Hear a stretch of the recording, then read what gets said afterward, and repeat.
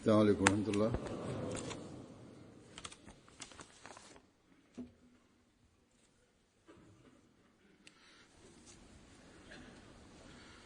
أشهد أن لا إله إلا الله وحده لا شريك له وأشهد أن محمدا عبده ورسوله أما بعد فأعوذ بالله من الشيطان الرجيم بسم الله الرحمن الرحيم الحمد لله رب العالمين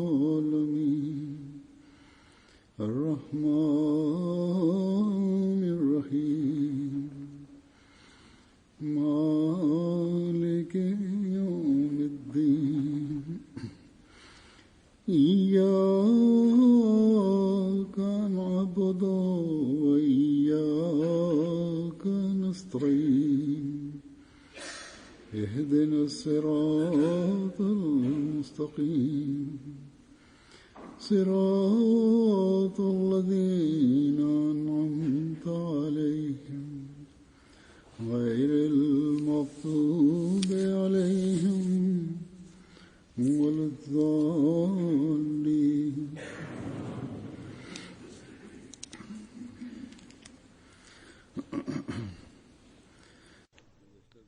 Quelques jours de cela, quelqu'un m'a montré un clip vidéo dans lequel un mollah africain était en train d'enseigner le Saint-Coran à des jeunes adultes. Et il les frappait à coups de bâton pour la moindre erreur de leur part. D'une part, ces étudiants ne maîtrisaient pas cette langue et ils étaient âgés, ils avaient 17 et 18 ans, ou même plus. Comment pourront-ils prononcer ces lettres de la langue arabe comme les qari, comme les récitateurs du Saint-Coran? Le résultat de telles actions est que les gens ne vont plus lire le Saint-Coran. Et c'est pour cette raison que nombre de musulmans parmi les non-arabes ne savent pas lire le Saint-Coran.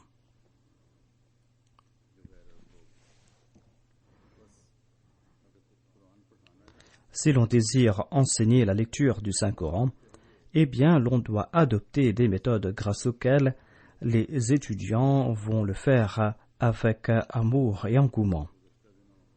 Quelques jours de cela, une japonaise est venue me voir, une japonaise qui habite ici au Royaume-Uni.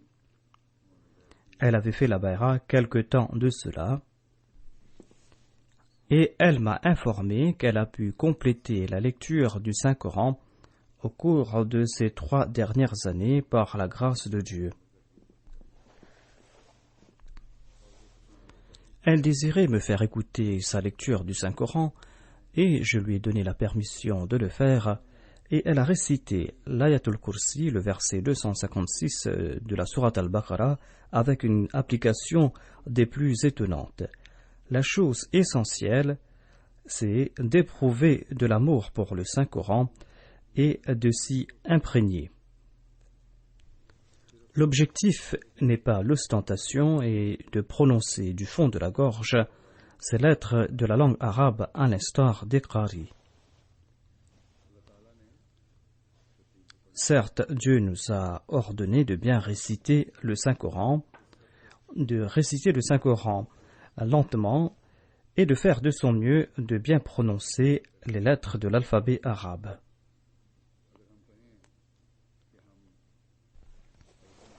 Il est impossible pour nous de prononcer ces lettres à l'instar des Arabes.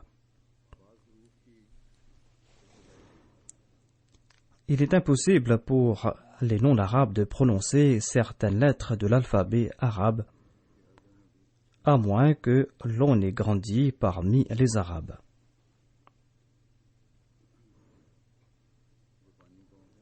les Japonais n'arrivent pas à prononcer certaines lettres. Par exemple, cette japonaise n'arrivait pas à distinguer dans sa prononciation la lettre Ra et la lettre Ha.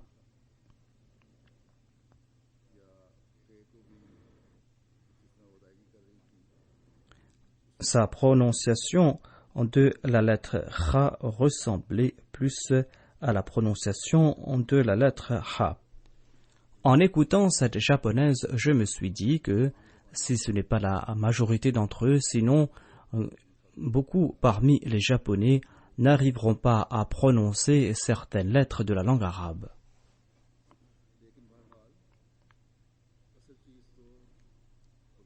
La chose essentielle, comme je l'ai dit, c'est d'éprouver de l'amour pour la parole de Dieu.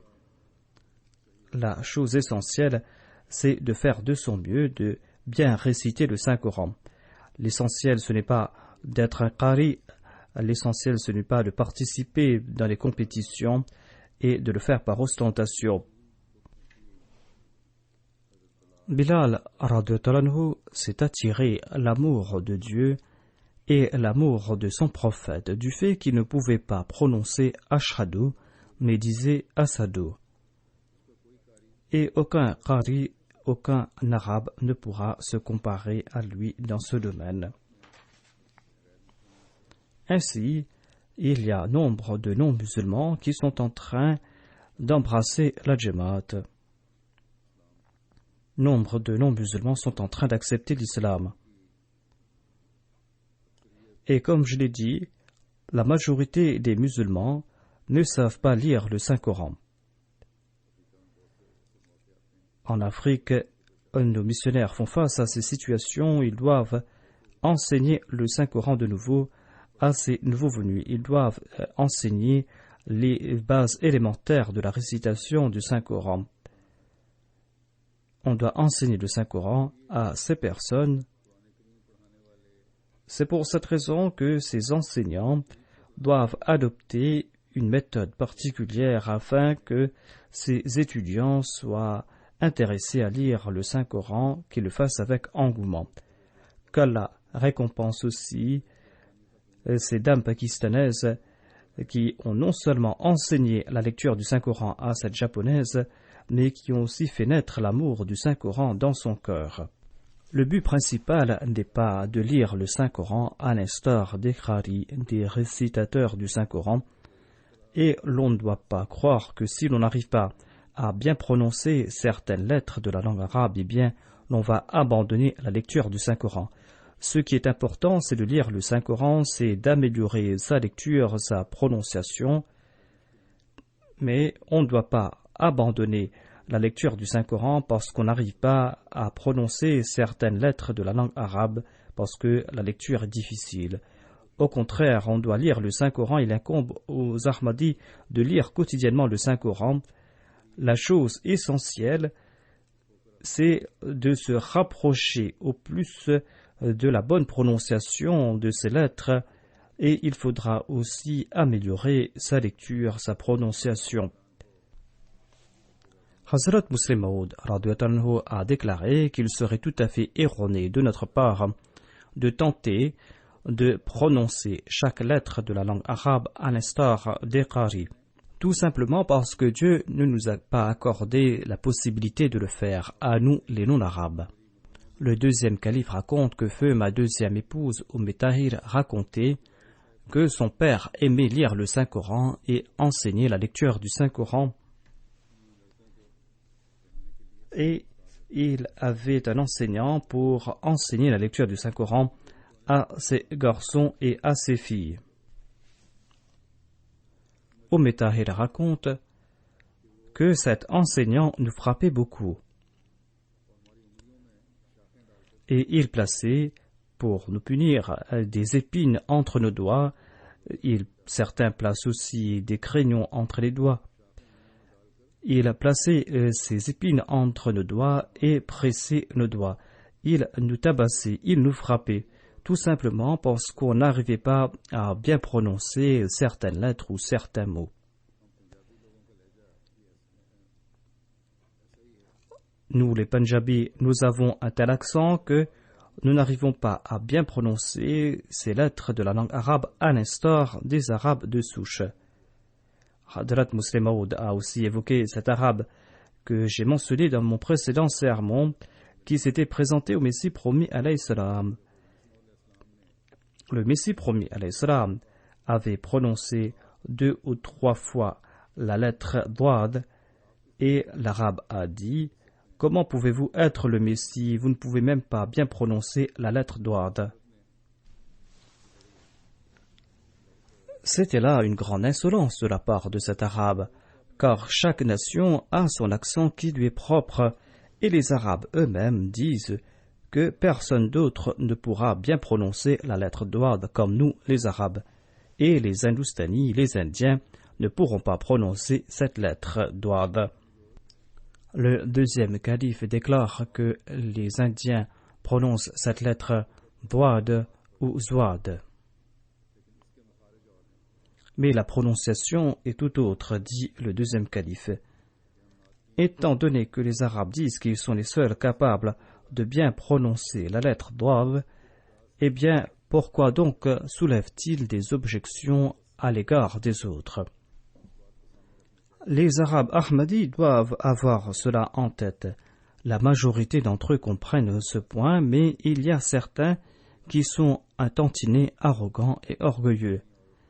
Il y a une dame pakistanaise qui s'est mariée avec un arabe et elle essaye de bien prononcer ces lettres et elle pense que sa prononciation est bonne, alors que sa prononciation n'est pas bonne. Si cela ne se limitait qu'à sa personne, eh bien ce ne serait pas la peine pour moi de dire cela ici, mais j'ai entendu dire que d'aucuns parmi les Arabes se moquent des autres et disent que les Pakistanais n'arrivent pas à bien prononcer ces lettres, n'arrivent pas à lire le Saint-Coran, ne savent pas prononcer ces lettres de la langue arabe. Et les Arabes se moquent des autres dans des réunions. Je ne pense pas que tous les Arabes sont ainsi, je ne pense pas que tous sont en train de se moquer des autres. Il est fort probable que les Arabes de la famille dans laquelle s'est mariée cette Pakistanaise se moquent des autres. Sinon, l'islam est là pour conquérir les cœurs de toute nation et de leur faire aimer la parole de Dieu, et de créer cet amour dans le cœur de ces nations afin qu'ils puissent lire la parole de Dieu. Et chaque nation a un accent particulier, et chacun, en raison de son amour pour le Saint-Coran, tente de bien réciter le Saint-Coran et doit tenter de bien réciter le Saint-Coran. Et certainement, l'on doit bien réciter le Saint-Coran. Et l'on doit aider les nouveaux musulmans dans la mesure du possible afin qu'ils puissent bien réciter le Saint-Coran. Mais on ne doit pas se moquer des autres, cela est interdit. Ceux qui ont une bonne énonciation du Saint-Coran doivent être vigilants à cet égard. Il y a différentes nations et chacun a son accent qui lui est propre, et il est impossible de prononcer chaque lettre de la langue arabe, chaque mot de la langue arabe comme il se doit. Je vais à présent vous présenter quelques récits du deuxième calife. Il raconte qu'il y a une histoire qui est très connue et qui concerne la situation des musulmans. Ainsi, le deuxième calife raconte qu'il y avait un peureux qui un jour a cru qu'il était très brave. Il est parti voir un tatoueur. À l'époque, les braves et les lutteurs se faisaient tatouer sur le bras des signes de leur caractère, des traits de leur caractère. Le tatouage est en vogue ici en Europe. En tout cas, le peureux est parti voir le tatoueur. Celui-ci lui a dit: « Que désires-tu que je tatoue sur ton bras ?» Il a dit: « Fais le tatouage d'un lion. » Lorsque le tatoueur a commencé à le faire, lorsqu'il lui a piqué de son aiguille, l'autre a commencé à souffrir. Il n'était point brave, il se croyait très brave, très courageux, mais il a dit: « Que fais-tu là ?» Le tatoueur a dit que je suis en train de dessiner un lion. L'autre a dit: « Quelle partie du lion ?» Le tatoueur a dit la queue du lion. Le peureux lui a dit si le lion a perdu sa queue, est-ce qu'il ne serait plus un lion? L'autre a dit non, il sera toujours un lion. Il a dit donc laisse tomber la queue. Fais quelque chose d'autre. Il lui a touché de son aiguille et lorsqu'il a eu mal, l'autre lui a dit que fais-tu maintenant? Il a dit que je suis en train de tatouer la patte avant droite. Le peureux lui a dit que si le lion a perdu sa patte avant droite dans un combat, est-ce qu'il ne serait plus un lion? Le tatoueur a dit non, il sera toujours un lion. Il a dit laisse cela, fais quelque chose d'autre. Quand il a commencé à tatouer la patte avant gauche, eh bien il a dû laisser cela parce que l'autre avait mal et disait que sans patte avant gauche, il sera toujours un lion. Et lorsqu'il voulait tatouer les autres pattes, eh bien l'autre lui a empêché de le faire. Le peureux qui se croyait très brave a dit « Pourquoi tu ne fais rien ?» Le tatoueur lui a dit « Eh bien, il ne reste plus rien de ce lion. Que dois-je faire ?» Ainsi dit le deuxième calife, telle est la situation de l'islam aujourd'hui. Voilà comment agissent les ulémas musulmans et les leaders musulmans. Ils font des déclarations grandiloquentes, mais leurs actions sont nulles. Et il ne restera plus rien de l'islam en raison des conseils qu'ils prodiguent aux autres. Leurs conseils n'ont aucune relation avec l'islam.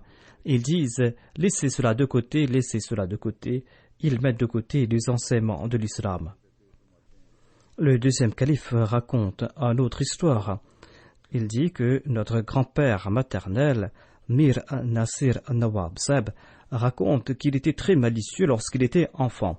Il était le petit enfant de Mir Daj Saheb et il habitait à Delhi où il y avait des mangues. Je mangeais des mangues avec mes parents et mes frères et mes sœurs au cours de la saison des mangues. Moi, je disais des mangues qui étaient sucrées, qu'elles étaient aigres et je les mettais de côté et je mangeais les autres mangues avec mes parents et les autres. On goûtait une fois des mangues et ils disaient que ces mangues étaient aigres alors qu'elles étaient très sucrées. Lorsque on mangeait toutes les mangues, je disais que moi, mon ventre n'est pas rempli, je vais manger les mangues qui sont aigres et je mangeais toutes les mangues, celles qui étaient très sucrées. Un jour, mon frère aîné a dit lui aussi qu'il n'était pas rassasié et qu'il va manger ces mangues qui sont aigres et que j'avais mis de côté. J'ai beau tenter de le dissuader, mais il n'a pas accepté. En fin de compte, il a mangé ces mangues et il a dit que ces mangues sont très sucrées. Et toi tu disais qu'elles sont aigres. Ainsi donc, Mir Nawab Saheb mettait de côté les mangues qui étaient très sucrées et mangeait les autres mangues avec les autres. Et il mangeait les mangues qui étaient prétendues aigres. Telle est la situation des musulmans d'aujourd'hui, dit le deuxième calife. Si telle est la situation de ces personnes qui disent qu'il faut appliquer la loi de l'islam, eh bien, quelle sera la situation de ceux qui ne connaissent rien de l'islam? Ceux qui disent qu'il faut appliquer la loi de l'islam agissent ainsi. Ils trompent les autres et mettent de côté les choses qui leur sont avantageuses. Dans le cas de Mir Nasir Nawab et des mangues, c'était là des enfantillages de sa part. Mais ici, ces leaders musulmans sont en train de tromper les autres. Et ils ne vont même pas laisser des os pour ceux qui ne connaissent rien de l'islam. Ils vont consommer toute chose, même si c'est illicite. Voilà comment agissent les ulémas d'aujourd'hui. Ils sont en train de détourner les biens, ils sont en train de commettre ces infamies comme nous le voyons. Et c'est là une très grande tragédie pour l'islam aujourd'hui. Et en raison de ces ulémas, les autres aussi sont en train de détourner les biens, sont en train de tuer les autres au nom de l'islam. Ce sont ces ulémas qui ont formé toutes ces organisations qui sont en train de commettre ces exactions et ces atrocités. Qu'Allah ait pitié des musulmans. Ensuite, le deuxième calife nous fait comprendre comment corriger notre conduite, comment grandir dans notre foi et comment établir une relation avec Dieu. Le deuxième calife nous prodigue des conseils à ce sujet. Il déclare que si vous faites naître en vous la taqwa et la pureté, et si vous vous consacrez aux prières et aux souvenirs de Dieu, et si vous accomplissez la prière tahajjud régulièrement ainsi que le daroud, eh bien certainement Dieu va vous montrer des rêves vrais, va vous faire voir des visions, et il va vous accorder sa parole, et il va vous montrer des miracles vivants. Les miracles vivants sont ces miracles que l'on voit en sa personne. Certes, les miracles du prophète Abraham sont très importants, les miracles de Moïse aussi sont très importants, les miracles de Jésus aussi sont importants. Mais en ce qui concerne sa propre personne, ce miracle sera grand pour soi, un miracle qui concerne sa personne à soi. Voilà la question qui est posée aujourd'hui, et pour cela, il faudra établir une relation avec Dieu si l'on désire voir ces miracles. En évoquant une foi qui est forte, ainsi que ses signes personnels, le deuxième calife a cité l'exemple de Sahibzada Abdul-Latif Shahid Saheb. Il a déclaré que, voyez l'exemple du martyr lorsqu'il a accepté l'Ahmadiyya et qu'il est retourné à Kaboul après avoir passé quelque temps à Qadian, le gouverneur de là-bas lui a fait venir et lui a dit d'abandonner l'Ahmadiyya. Il a dit: comment vais-je me repentir? Comment vais-je rejeter l'Ahmadiyya? Quand je suis parti de Qadian, j'ai vu dans un rêve que je portais des menottes. Dieu m'a fait comprendre que je dois porter des menottes sur cette voie. Comment pourrais-je maintenant enlever ces menottes de mes mains? Ces menottes doivent être dans mes mains afin que la parole de Dieu s'accomplisse. Il avait cette certitude tout simplement parce qu'il avait vu ce rêve lui-même en personne. Même si l'on n'est pas doué de grandes connaissances, l'on aura certitude en ses rêves. L'on pourra cacher son rêve par couardise, mais sinon, toute personne a grande certitude dans ses rêves, même ceux qui sont faux. Ainsi, si l'on possède une foi qui est ferme, et si l'on a établi une relation avec Dieu, eh bien, l'on ne va pas craindre les gens de ce monde. Le deuxième calife nous présente un autre exemple de cette catégorie. Il raconte Soufi Ahmad Jan Saheb de Ludhiana était un très grand saint. Il était une personne d'une grande piété. Un jour, le Maharaja de Jammu l'a invité à Jammu et lui a dit de venir prier pour lui. Il a rejeté la demande du Maharaja et lui a dit: si vous désirez que je prie pour vous, eh bien, venez me voir. Pourquoi dois-je partir vous voir, moi? Ainsi donc, quand on a une relation ferme avec Dieu, eh bien, on n'a peur de personne. Avant que le Messie promet l'Islam ne se proclame envoyé de Dieu, il jouissait d'un très grand honneur aux yeux des autres.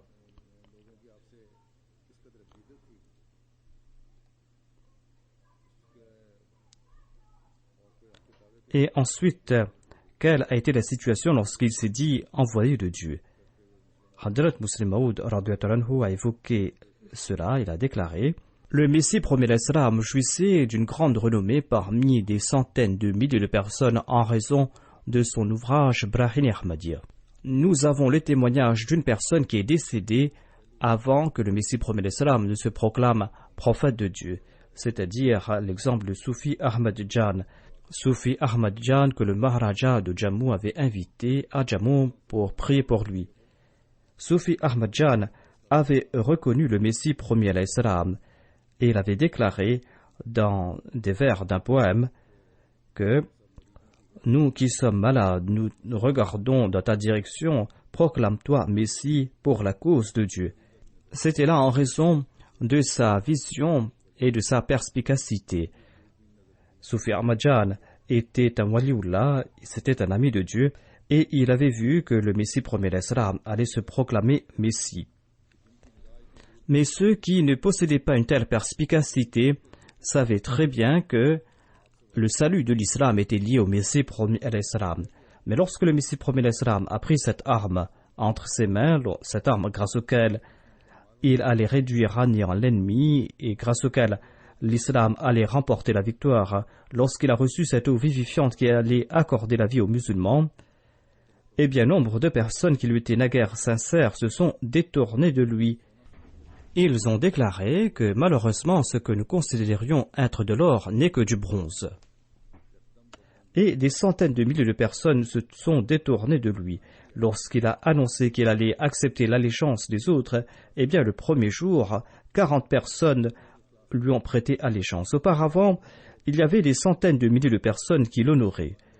Et les anciens disent que de grands ulémas disaient que c'est lui qui allait servir l'islam. Et ces ulémas envoyaient des gens voir le Messie promis alayhi salam.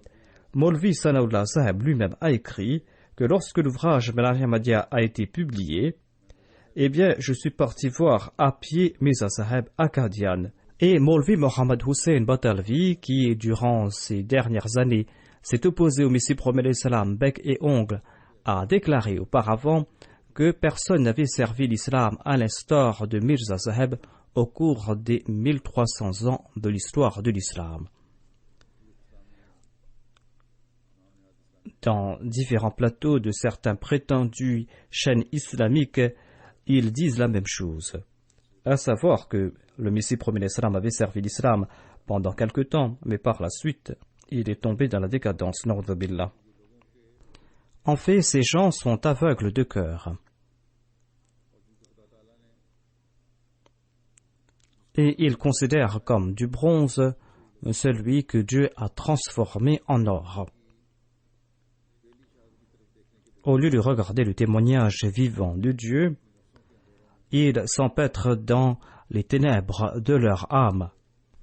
Et ils sont en train d'égarer les musulmans qui ne possèdent pas grande connaissance, qu'Allah leur accorde la perspicacité nécessaire. Le deuxième calife avait évoqué cette maison où le Messie promis alayhi salam avait accepté l'allégeance de ses disciples à Ludhiana. Le deuxième calife avait évoqué cette maison lors de la Shura de 1931 et il avait dit aux délégués de la Shura que, selon moi, c'est là une question très importante, c'est-à-dire cette question de la maison de Ludhiana. Le Messie promis alayhi salam avait évoqué cette maison. Il avait déclaré que Ludhiana était la porte de Lud qui concerne cette prophétie concernant la fin du Dajjal où le Dajjal sera tué. Le Messie promis alayhi salam était parti là-bas pour accepter l'allégeance de ses disciples et les membres de la Jamaat doivent accorder beaucoup d'importance à ce lieu. Lorsque le premier calife lui a demandé d'accepter son allégeance, le Messie promis alayhi salam a dit « Je ne vais pas le faire ici, nous allons partir à Ludhiana pour le faire ». Pir Ahmad Jan Marhoum était décédé avant l'avènement du Messie promis alayhi salam et il était de ceux qui avaient reconnu le Messie promis alayhi salam, comme je l'ai dit auparavant. Au moment de son décès, il a réuni tous les membres de sa famille et il leur a dit que Mirza Saheb va se dire Messie, vous allez devoir l'accepter et croire en lui. C'est ainsi que tous les membres de cette famille ont accepté le Messie promis alayhi salam. Pir Manzour Mohammad et Pir Iftikhar sont ses fils et le premier calife est le gendre de Pir Ahmad Jan.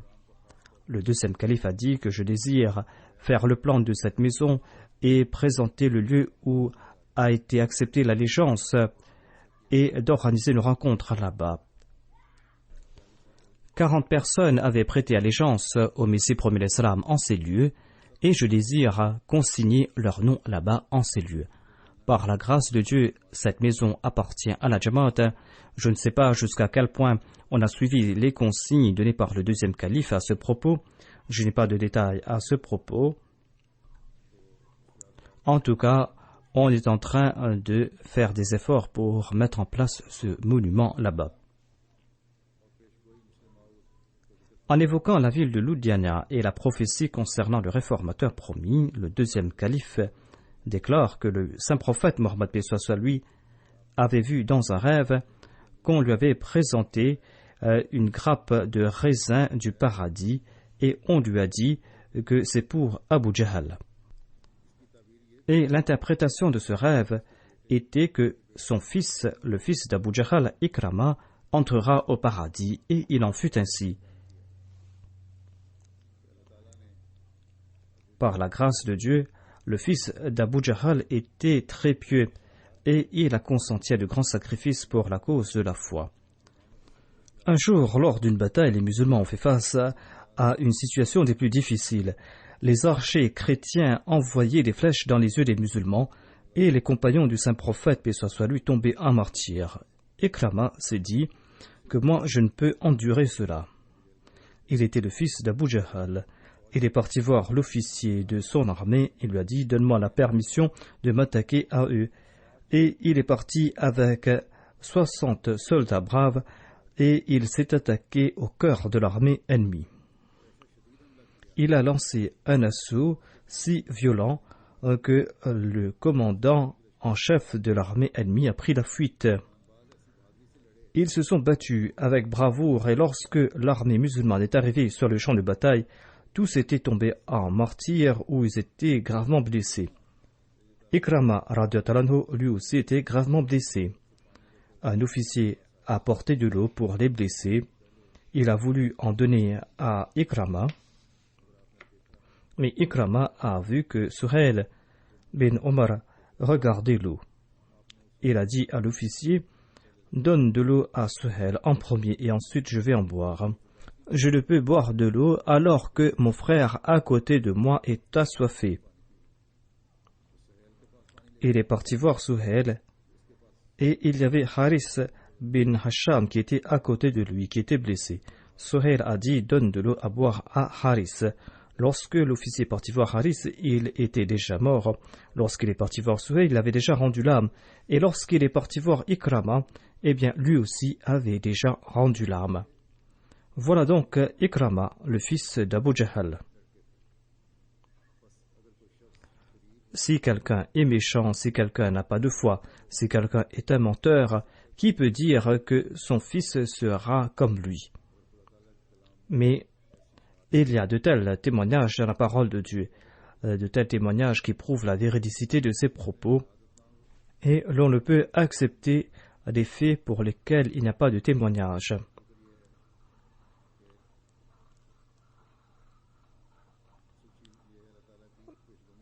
Lorsque Dieu fait des prophéties, ces prophéties se réalisent. Lorsque le saint prophète avait vu cela en rêve, eh bien il était très soucieux. Il s'est dit, comment est-il possible qu'Abu Jahl soit au paradis et que moi je sois en train de lui donner des raisins? Cela voulait tout simplement dire que son fils allait accepter l'islam et qu'il allait consentir à de grands sacrifices pour la cause de l'islam. Le deuxième calife déclare à propos de la prophétie concernant le réformateur promis. Il y a nombre de témoignages en faveur de cette prophétie. Le Messie premier l'Islam a fait cette prophétie alors que personne ne le connaissait, même à Qadian. Nombre d'anciens de Qadian ont déclaré qu'ils ne connaissaient même pas le Messie premier l'Islam et ils croyaient que Ghulam Murtaza n'avait qu'un seul fils qui s'appelait Mirza Ghulam Qadir. Le Messie premier l'Islam était inconnu, même les gens de son village ne le connaissaient même pas. Il a fait cette prophétie qu'Allah va m'accorder des enfants qui seront vivants, et de parmi ses fils, il y aura un fils qui sera connu jusqu'aux confins de la terre, et par son entremise, il va transmettre son message jusqu'aux confins de la terre. Qui est celui qui peut faire pareille prophétie? Ensuite, il a déclaré que ce fils va transformer 3 en 4, qui signifiait qu'il va naître dans la 4e année après cette prophétie. Il a fait cette prophétie en 1886 et je suis né le 12 janvier 1889, dit le deuxième calife. Et le Messie premier l'Islam a accepté l'allégeance de ses disciples le 23 mars 1889.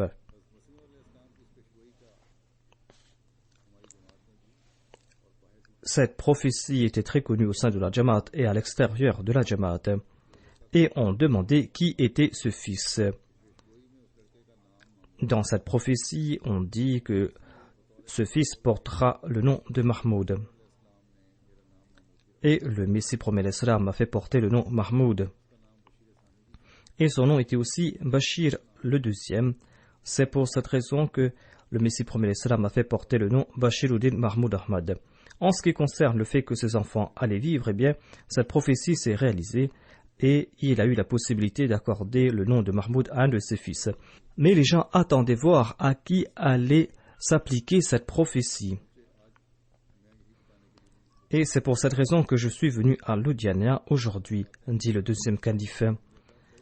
Il y a une grande relation entre la Jamaat et la ville de Ludhiana.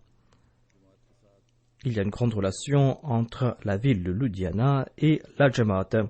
C'est ici, dans cette ville, que le Messie promis à l'Islam a accepté la première fois le serment d'allégeance de ses disciples. Après lui, Maulvi Nuruddin était le premier calife et il s'était marié à Ludhiana avec la fille de Munshi Ahmad Jan. Et la mère de ce fils à propos duquel le Messie promet l'Islam avait fait cette prophétie avait vécu à Ludhiana. Le deuxième calife déclare que je me souviens que j'ai passé quelque temps à Ludhiana. J'étais très petit à l'époque. Je n'ai pas de souvenir particulier à propos de ce séjour. J'avais environ 2 ans et demi à l'époque. Il s'est souvenu de certains points de l'époque et il en a fait mention. Il a déclaré que je me souviens que d'un seul incident, nous habitions dans une maison qui se trouvait au début d'une rue, une rue qui était toute droite. Un jour, je suis sorti hors de la maison et il y avait un petit garçon qui est venu dans ma direction.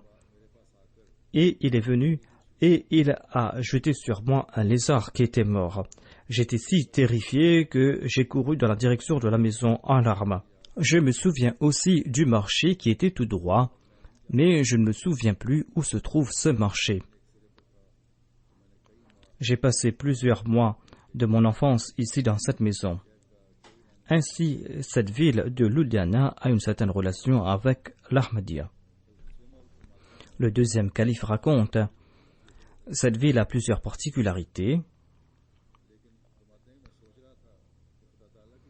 mais je me suis dit le deuxième calife, que certainement il y a de l'opposition contre les déclarations divines.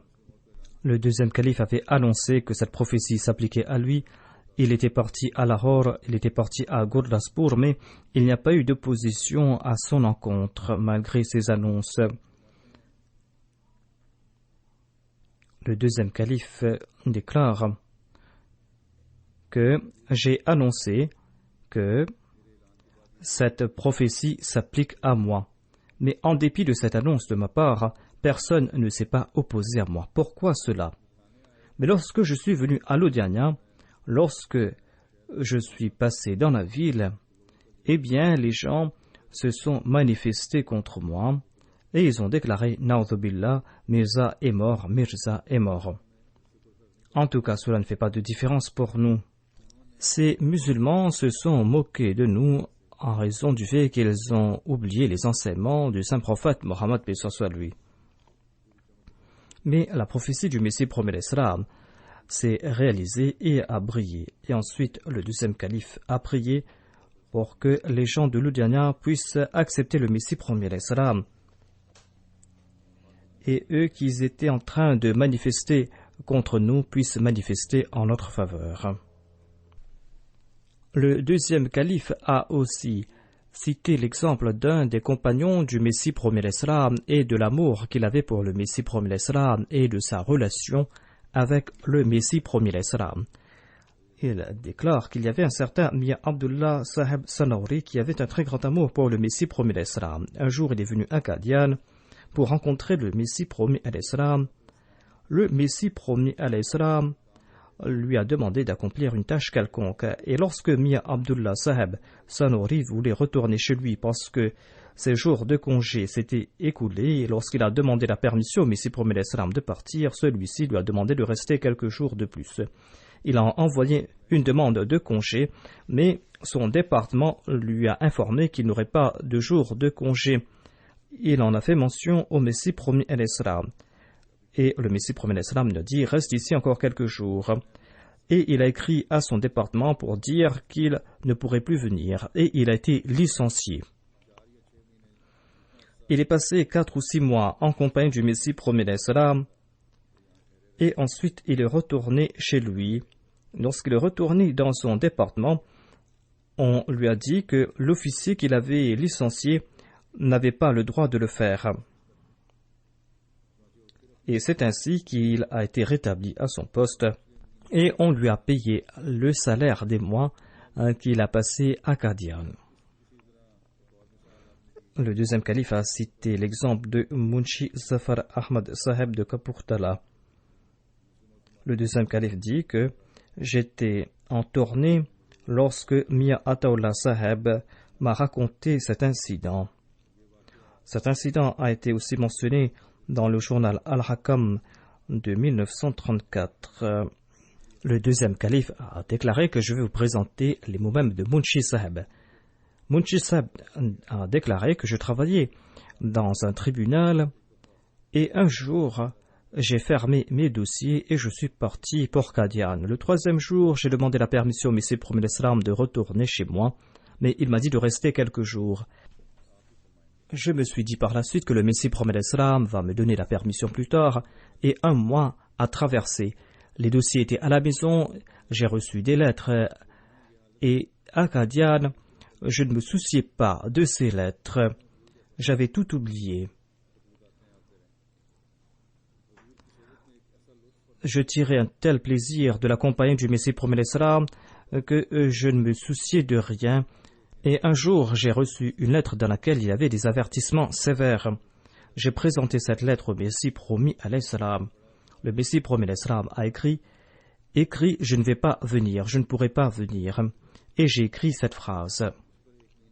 Et un mois s'est passé, et un jour, le Messie promis à l'Islam m'a dit « Combien de temps êtes-vous resté ici ?» Et le Messie promis à l'Islam a dit « Vous pouvez maintenant partir ». Je suis parti à Kapurthala et je suis parti dans la maison de Lala Charpandas, le magistrat, et avec lequel je travaillais afin que je puisse savoir quelle était sa décision. Si il m'avait licencié, si j'avais des amendes à payer. Lorsque je suis parti voir le magistrat, il m'a dit « Munshidi, Mirza Saheb ne vous a pas laissé venir ». J'ai dit oui, monsieur le magistrat. Le magistrat a dit que son ordre a prééminence sur le mien. C'est-à-dire l'ordre du Messie promis l'Islam avait prééminence sur l'ordre du magistrat. Munshi Saheb avait dit que lorsque le Messie promis l'Islam m'a dit d'écrire que je ne peux pas venir, eh bien j'ai écrit cette phrase dans la lettre que j'ai envoyée au magistrat. Le deuxième calife dit « Voyez ces personnes qui étaient de grands exemples d'amour et nous ne pouvons pas maintenant baisser notre regard.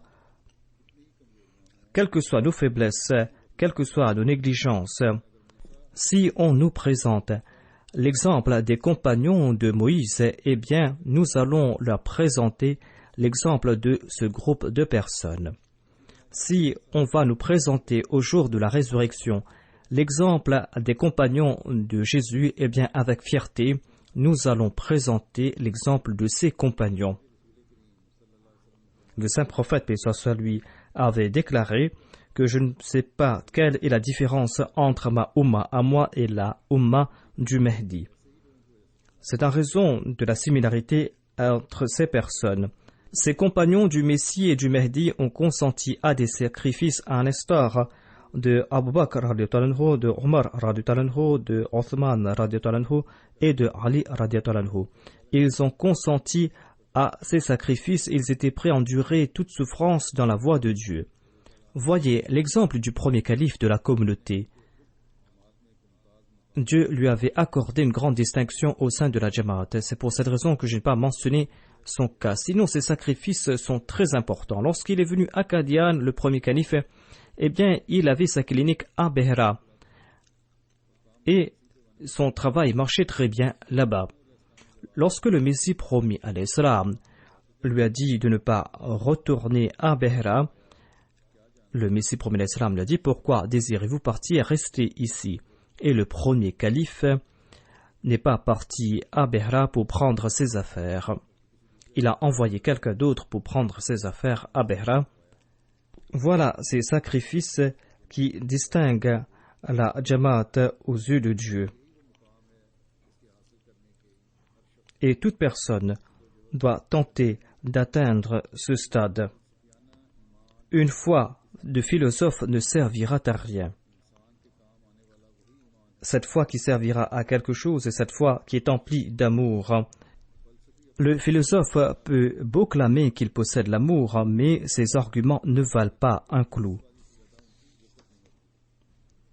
Parce qu'il n'a pas accepté la vérité avec l'œil du cœur, mais uniquement avec l'œil de son intelligence.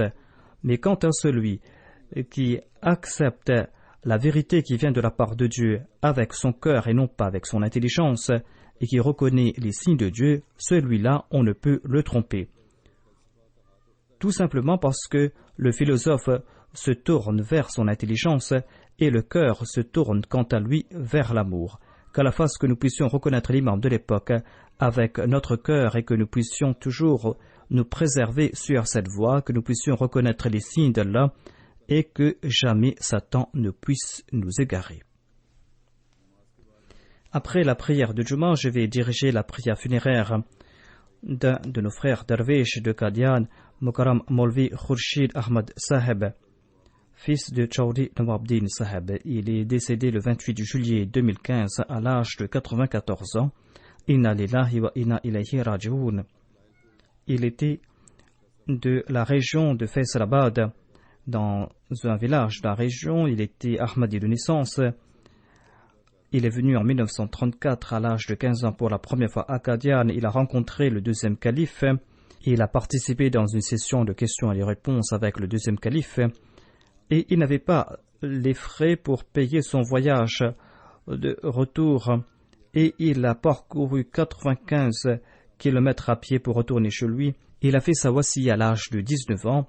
Et en 1937, il a écrit au deuxième calife que il n'avait pas pu participer dans le plan Tahrik Jadid parce qu'il était un étudiant, il n'avait pas de revenus et il a demandé au deuxième calife de lui donner la permission de participer dans le plan Tahrik Jadid. Et c'est ainsi que le deuxième calife a permis à tous ces étudiants qui n'avaient pas d'emploi auparavant de participer dans le plan Tahrik Jadid. Ensuite, Maulvi Khurshid Ahmad Saheb a travaillé sur les terres de la Jamaat dans la région du Sindh.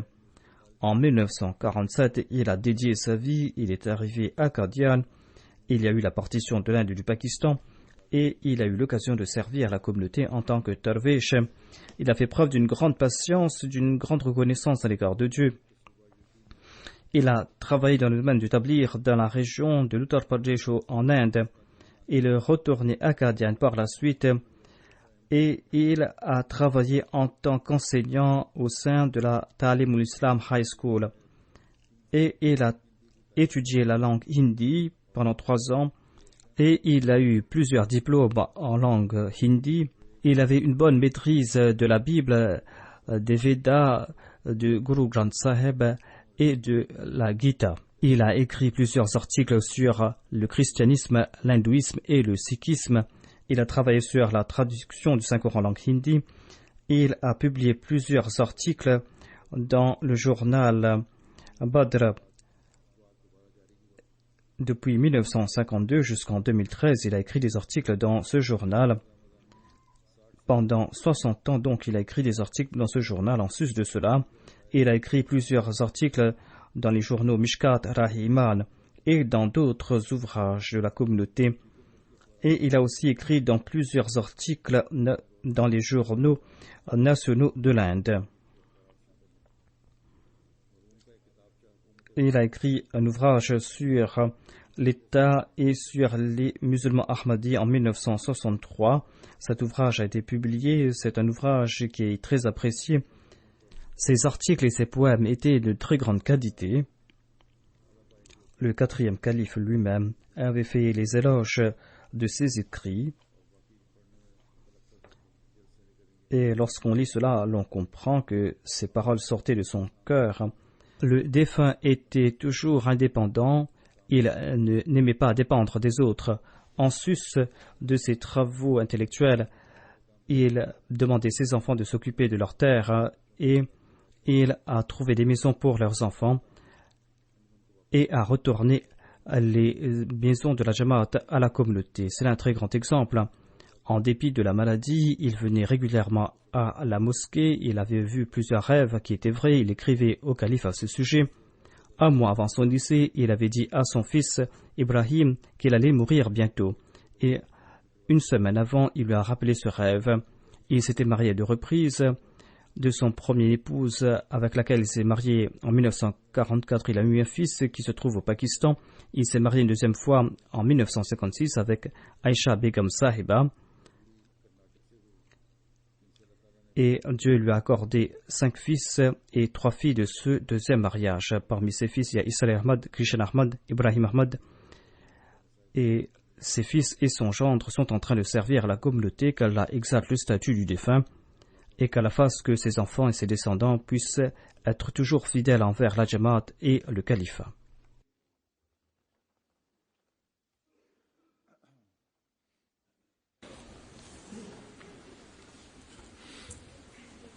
Alhamdulillah,